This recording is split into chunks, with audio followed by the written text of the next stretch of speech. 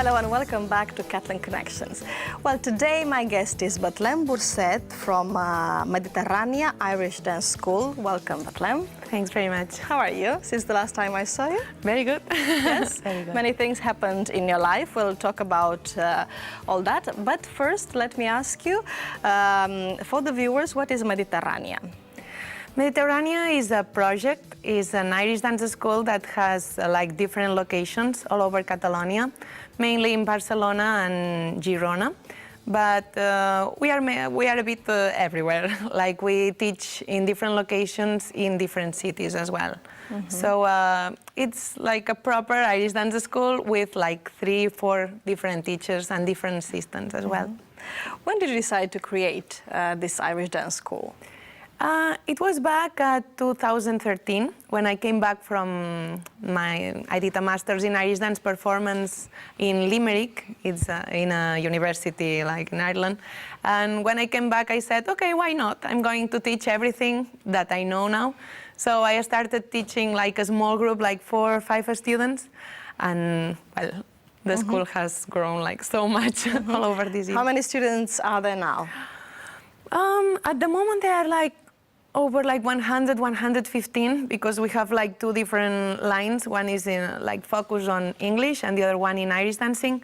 But many children that starts with English, they finally started doing Irish dancing because they see like the old ones doing it. So. Well, from a few students to 100, 150, that's a huge difference. So yeah, looks like it's going good, no? Yeah. You're pleased? I'm pleased, yeah, very pleased. Well, that means that Irish dance is popular in Catalonia, or it started to become more and more popular. Actually, Betlem, you are the first Catalan with an official title to teach Irish dance. Where does your passion for Irish dance come from? It was like very back on the time. I was like 11, and on the Mother's Day, my father, he didn't know what to buy for my mother, so he bought it was a video, the Lord of the Dance, like the show.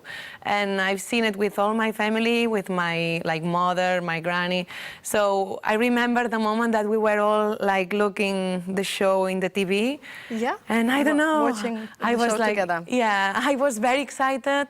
In the beginning, it was not like the dancing. It was more about the music. The music. And yeah, after that, I was like all my life like doing shows myself, like dancing, doing puppets and things like that. How many times have you seen that video? Oof, maybe 1,000.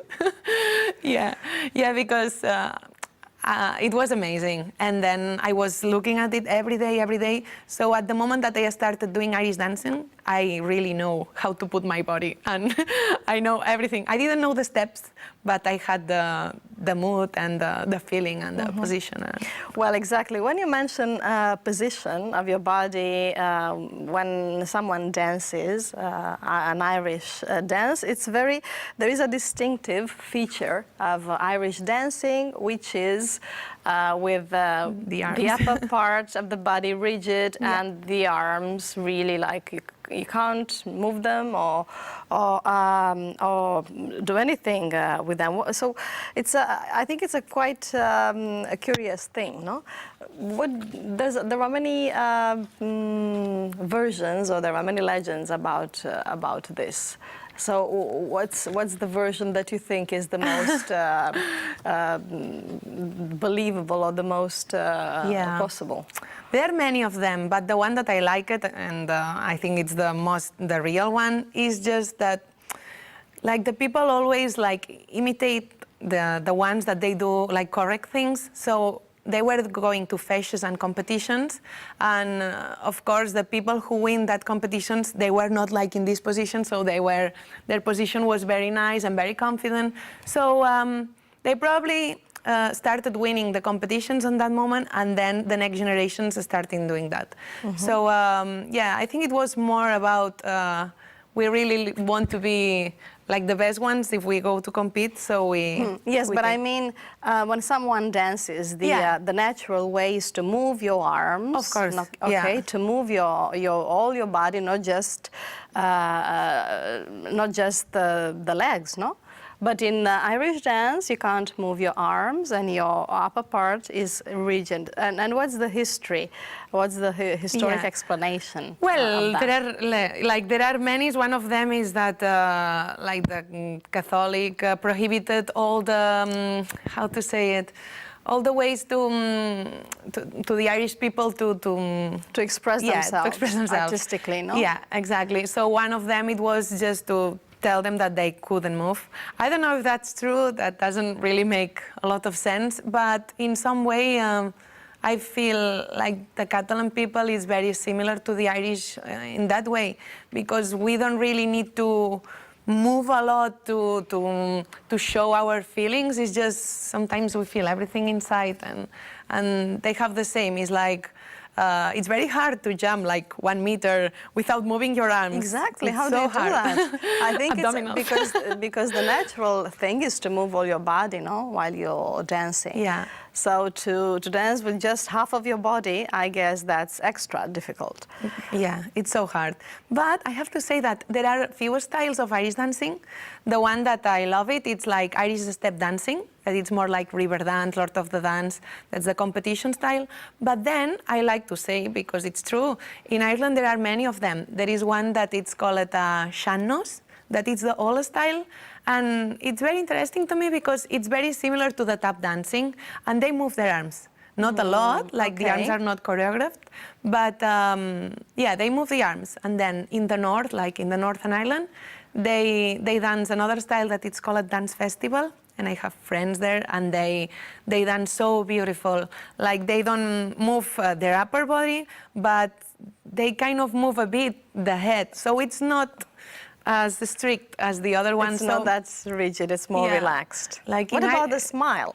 Because I read that many years ago, it was even forbidden to smile. I mean, centuries ago, Irish people, when they were dancing, they couldn't even smile. So they were supposed to have this serious face. Yeah, it's one of these things again. So there were like many rules. Many dancers were bagpipers as well. So it was not strictly like a competition that they were dancing, only dancing. It was a competition about like our jocs florals, you know, something like that, about poetry, about music, about how many instruments you can play. And I suppose it's like the proud to be Irish. On that moment, it was just about I don't know, to feel proud about your culture and your country. So. And now that you mention pride, I know you're also very proud of your school, obviously, and also you're proud of the results you have achieved with your students, because you teach Irish dance at the Escola Mediterrània, and I know that recently your students have participated in an international competition, and the results have been very satisfactory. Yeah. It was like the last April in Maastricht in the Netherlands. There was the World Championships, and it was the first time that I took like a group of 5 of them, different ages, like some of them were children, adults, and 3 of them, they passed the recall, that it's like the second competition, and one got second, the other third, and the other 5th, like in the world. Congratulations. Yeah, thank you. For me, that it was just, oh my God, they were like with Facebook, like sending everything like in the second. I was crying at home, like, oh my God, I cannot believe it. It was a pity I couldn't go with them. But with these results, I think the next year I definitely have to go. Yeah. Well, anyway, let's mention the fact that you have also participated in this international competition of Irish dance, and you have also achieved great results. Yeah, that was like many years ago. Well, but yeah. How many years ago? I think maybe 5 or 6 now. And what is the position that you got? I was third in the world that year. The third in the world? Yeah. Third in the WID association. Like there are different associations, and that year, I think it was the same year of the Masters. So, and I was very fit because I was training all year, and it was the first time that I went to the Worlds, and it was good. Well, the third best Irish dancer in the world. That's not bad, no? Thanks. Okay, tell me about projects you have related to Irish dance. Yeah, I think, well, one of them is just to develop our work, because Pau and Sally, the other two teachers, are working like very hard as me, and I don't know, we spend many hours trying to just not to go and teach and do that. Just we are trying like really have a curriculum and create like a proper Irish dance school. But like one of my dreams, it was like I started this school because I wanted to do like an Irish dance show or an Irish dance company, and it took me like many years to have like students with level enough to do it. And I don't know, now it's just, I feel that now it's kind of coming the moment to start that.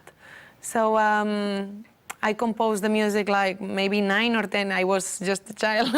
Like many years ago, I composed a music for a show, but on that moment it was impossible. There was no level, there was no dancers, I didn't have like experience in anything.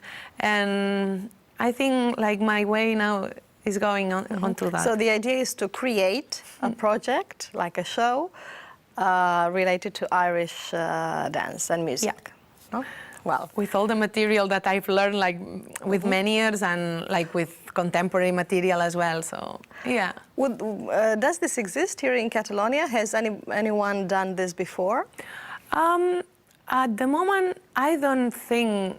I have no knowledge of it. Knowledge, yeah. I have no knowledge about anybody who has like composed the music, learn the choreographies, to teach all the students or dancers that are going to perform, and like to put a full performance together. I think I'm going to be like very I don't know if polyphacetic. I don't know if this word exists. Yes, multi-talented. Multi-talented, yes. Yeah. I'm going to do like it would be great if you did it. I mean, I really encourage you to do it, because I think that would be a really good idea. Well, anyway, let's talk about Irish culture and how much is Catalan culture known in Ireland, because you travel a lot. You go to Ireland a lot, I suppose. Yeah. You're going back and forth. Like every 2 or 3 months, I say, no, I'm not going to come back because I have many work here. But then it's like something is calling me all the time. Well, this is great. Anyway, what is it that you like so much about Irish culture? What attracts you so much? Yeah, I think it's the music, the dancing, and like the people. The people there is like you feel that you are in an isle. Like I don't know, the people is very warm, and they kind of, I feel that they can understand like our culture like very easily, because I don't know, everyone that I talk is like, oh, they really read the news and everything, so they are very I don't know, I like the Irish people. They are just nice. It's like a big family. Okay. Is Catalan culture known a lot in Ireland? Do they know sardanas, for example? When I started the masters, like they were saying like one Russian girl, one Irish girl, and one Spanish girl. After 2 months, they were calling me Catalan, because I feel that like the director of my masters, Dr. Catherine, she always said, Betlem, when you'll come back to your country, you will be an Irish ambassador of our culture. But I really feel that I do like the opposite way sometimes, because I don't know, for me it was very important that they could understand where I'm coming from, because they couldn't understand really, because I don't know why, but I feel that we are very similar of them. They have been, I mean, Ireland had like many problems in the past, in their history and everything, but it's not difficult for them to understand everything that I could explain them. And even like to my teacher, I was showing him the dance, and sometimes I dream like the sardanas, they are very similar to the Irish dancing as well. Sometimes like the Catalan groups, they go into the contemporary dance to try to develop the Catalan dance, but I feel that like Irish dancing has so much to add to this to our culture, and it's not very popular. Well, it started being popular for the musicians. For example, I know many like Catalan groups that they go to Ireland often because like our instruments in the Catalan music, like fiddle and everything, they go there and it's very similar. And I feel the dancing is very similar as well. But really? You mean Catalan traditional dance is similar to Irish dancing? Catalan traditional dance. The sardanas. Sardanas and like all our like there are many Catalan dances, but yeah, they are very similar. But nobody has done like anything still. A study, no? Yeah, a study together. Well, you should do it. That's another thing. Looks like you know enough already to do a study. Now I have to know the same like in Catalan dancing that I know in Irish. It's going to take me a while, but yeah, I can do it. Why not? But you're talking about these similarities. Can you give me an example or two? Yeah, for example, I was in Ireland one day and I was in a sean-nós workshop, an all-style, and there was a moment that I realized, sometimes when I'm there, I just realize something, it's like, oh my God, I write everything in a book. And I realized like the basic step in sean-nós, it's our sardana step, it's exactly the same. But in sean-nós, they touch the floor, they do sound, and we don't. But like the type of figures, the way that we put our bodies, like when we dance sardanas, it's not, we don't really move, we are in these positions and we keep this position for a lot of time. Like, and in the other hand, all our dances, like all the Catalan dancing, is coming from the French court, as well as the Irish Céilis. They are coming from Scotland, but the Scotland people took it from the Scottish dancers, like in the Baroque era and Renaissance and all this. So, yeah, I suppose there was a moment that we had the same dances all over Europe. And then each country changed the music or the steps or the way to... But, Well, very interesting information, Betlem. You should definitely write a book or a study and do this project that you mentioned before, because I think that would be great. Yeah. And thank you for coming today. Thanks very much for inviting me. Have a great summer. As well. Yeah, Okay. thank you. And looking forward to seeing you soon. Okay, you too. Thanks very much. And thank you all for watching. Until next time. Bye-bye.